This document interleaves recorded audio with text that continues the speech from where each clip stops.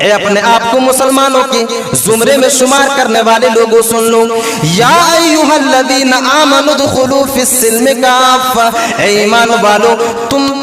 مکمل طور پر اسلام میں داخل ہو جاؤ۔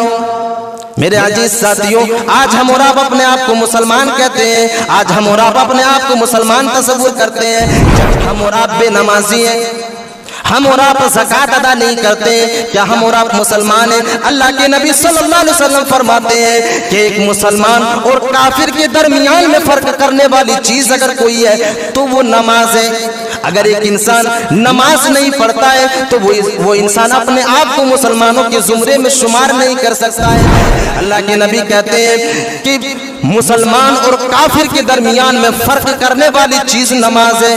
اگر ایک انسان نماز کو چھوڑ دیتا ہے تو وہ انسان یہ سوچ لے، وہ انسان یہ سمجھ لے کہ وہ انسان مسلمانوں کے زمرے میں نہیں ہے، نامی مسلمان ضرور ہے۔ ہم اور آپ خاندانی مسلمان صلی اللہ علیہ وسلم فرماتے ہیں کہ ایک مسلمان کی مثال ایسی ہے جیسے ایک اونٹ ہو، ایک اونٹ ہو اور اس اونٹ کی ناک میں نکیل ڈالا ہو، اور اس نکیل کا لگام جو ہے کسی دوسرے انسان کے ہاتھ میں ہو، اور وہ اونٹ جس کی ناک میں نکیل ڈالا ہو اب وہ اپنی مرضی سے کچھ نہیں کر سکتا،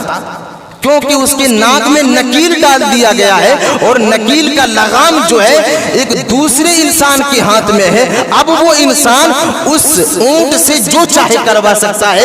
وہ لگام تھامنے والا انسان اس اونٹ کو جس جگہ بیٹھنے کا حکم دے گا وہ اونٹ وہیں بیٹھ سکتا ہے، جہاں پر اٹھنے کا حکم دے گا وہیں پر وہ اونٹ اٹھ سکتا ہے، اور وہ اونٹ وہیں پر چل سکتا ہے جہاں پر وہ لگام تھامنے والا انسان اس اونٹ کو چلنے کا حکم دے گا۔ بالکل یہی مثال ایک مسلمان کی ہے کہ ایک مسلمان جب دین اسلام کے دائرے میں شامل ہو جاتا ہے تو سمجھ لو کہ اس کی ناک میں نکیل ڈال دیا جاتا ہے، اور اس نکیل کا لگام قرآن اور حدیث کو تھما دیا جاتا ہے۔ اب قرآن اور حدیث ایک مسلمان کو جس وقت خوشیاں منانے کا حکم دے گا، ایک مسلمان اسی وقت خوشیاں منا سکتا ہے جس کا تصور قرآن اور حدیث سے ملتا ہو۔ جس وقت قرآن اور حدیث کہہ دے کہ تم اس دن خوشی مناؤ، اسی دن ایک مسلمان خوشی منا سکتا ہے۔ جس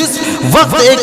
قرآن اور حدیث ایک مسلمان کو روک دے کہ یہاں پر جانا تیرے لیے حرام ہے اور اس تہوار کو سیلیبریٹ کرنا تمہارے لیے حرام ہے، تمہارے لیے غلط ہے، وہیں پر ایک مسلمان کو رک جانا ہوگا، وہیں پر ایک مسلمان کو ٹھہر جانا ہوگا۔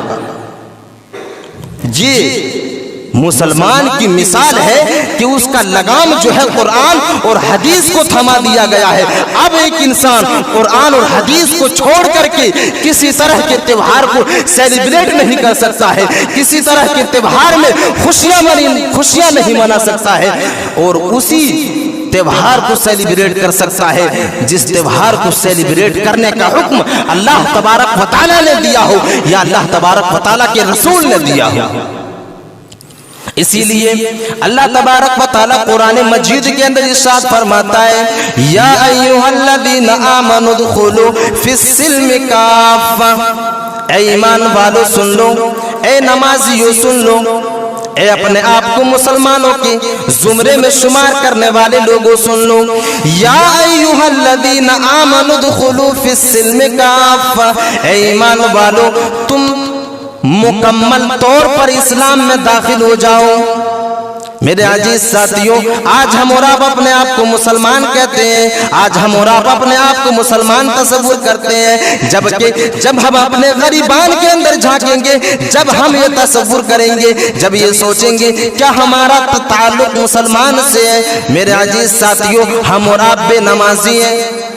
ہم اور آپ زکوٰۃ ادا نہیں کرتے، کیا ہم اور آپ مسلمان ہیں؟ اللہ کے نبی صلی اللہ علیہ وسلم فرماتے ہیں کہ ایک مسلمان اور کافر کے درمیان میں فرق کرنے والی چیز اگر کوئی ہے تو وہ نماز ہے۔ اگر ایک انسان نماز نہیں پڑھتا ہے تو وہ انسان اپنے آپ کو مسلمانوں کے زمرے میں شمار نہیں کر سکتا ہے۔ اللہ کے نبی کہتے ہیں کہ